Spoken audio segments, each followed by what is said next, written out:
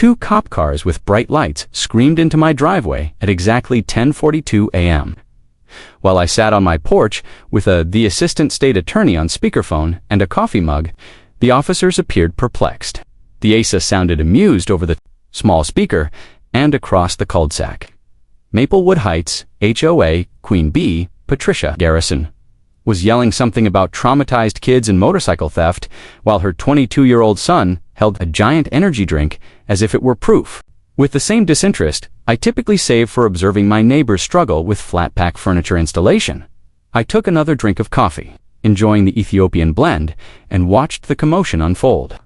I'm Robert Davidson, a 47 mechanical engineer who just wanted a peaceful existence. On the weekends, I like to grill and patch up my 2012 Harley Davidson. 6 months ago, when I purchased the house, Maplewood Heights appeared to be a quiet, well-kept community. The streets were tidy, the lawns well-kept, and the property value steady. The real estate salesperson neglected to disclose that Patricia Garrison had made herself the development's supreme leader. Within 48 hours of my move-in, she knocked on my door to tell me that motorcyclists depressed the neighborhood's mood. Like honey poured over shattered glass, her voice had that practice sweetness that just barely covered the venom underlying.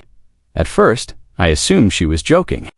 With a clipboard in hand, she appeared to be parodying herself as she stood there in her ironed khakis and HOA board member polo shirt. Her eyes, however, sent a different message. They belonged to a person who had experienced power and thought it was great. Her smile hardened into a diamond-splitting grin when I gently told her that my Harley was completely legal and would stay in my garage. What I now refer to as the Great Maplewood Heights War started at that point. However, I was unaware at the time of the extent Patricia would go to in order to establish her authority over the community.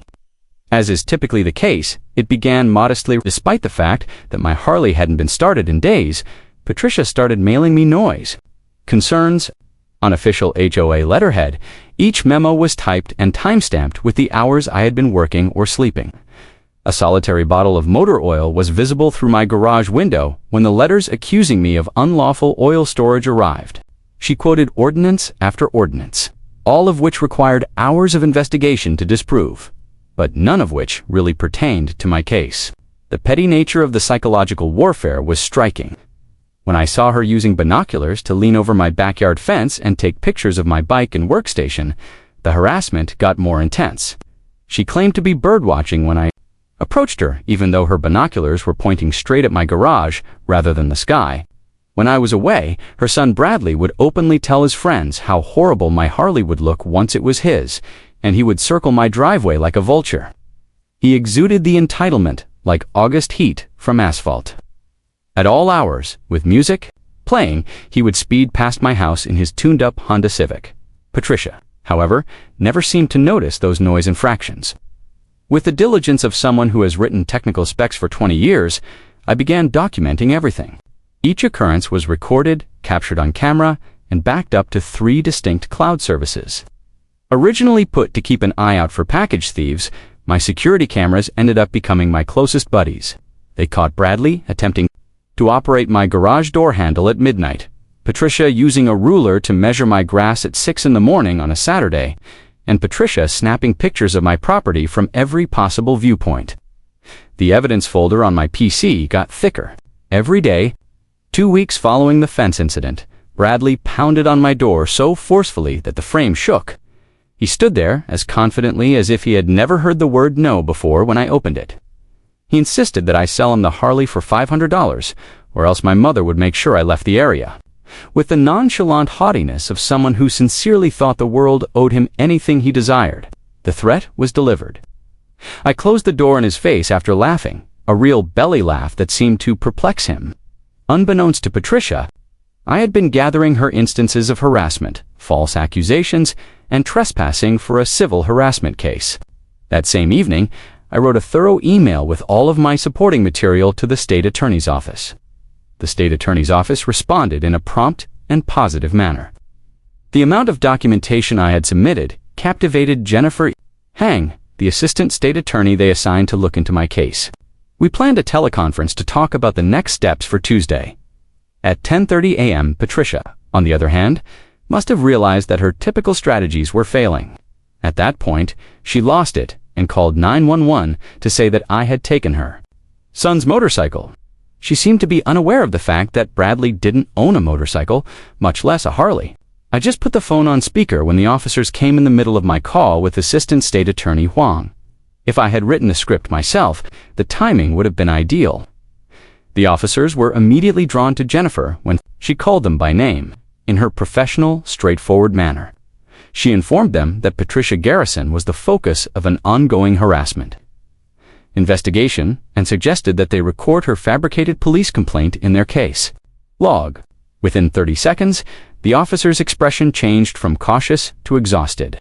The way they exchanged knowing looks made it obvious that they had dealt with Patricia previously.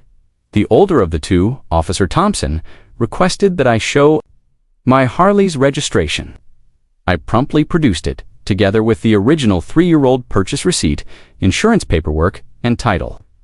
Bradley, who had been following his mother like a bodyguard, appeared less assured all of a sudden. There must be some mistake, that I had clearly stolen something, that her son had been promised that motorcycle, Patricia maintained, raising her voice an octave. The younger police officer, Officer Rodriguez, asked Bradley straight out if he had ever had a Harley. The child muttered something about an illogical verbal arrangement. When the officers started taking my statement rather than arresting me, Patricia's face plummeted across the street like a deflating parade balloon. Officer Thompson firmly urged her to wait her turn, despite her repeated attempts to interrupt, each one more frantic than the last. Jennifer told the cops she would be adding this fictitious police report to the current case file in a clear and authoritative voice over the speakerphone. Patricia felt as though the words existing case file were a physical blow.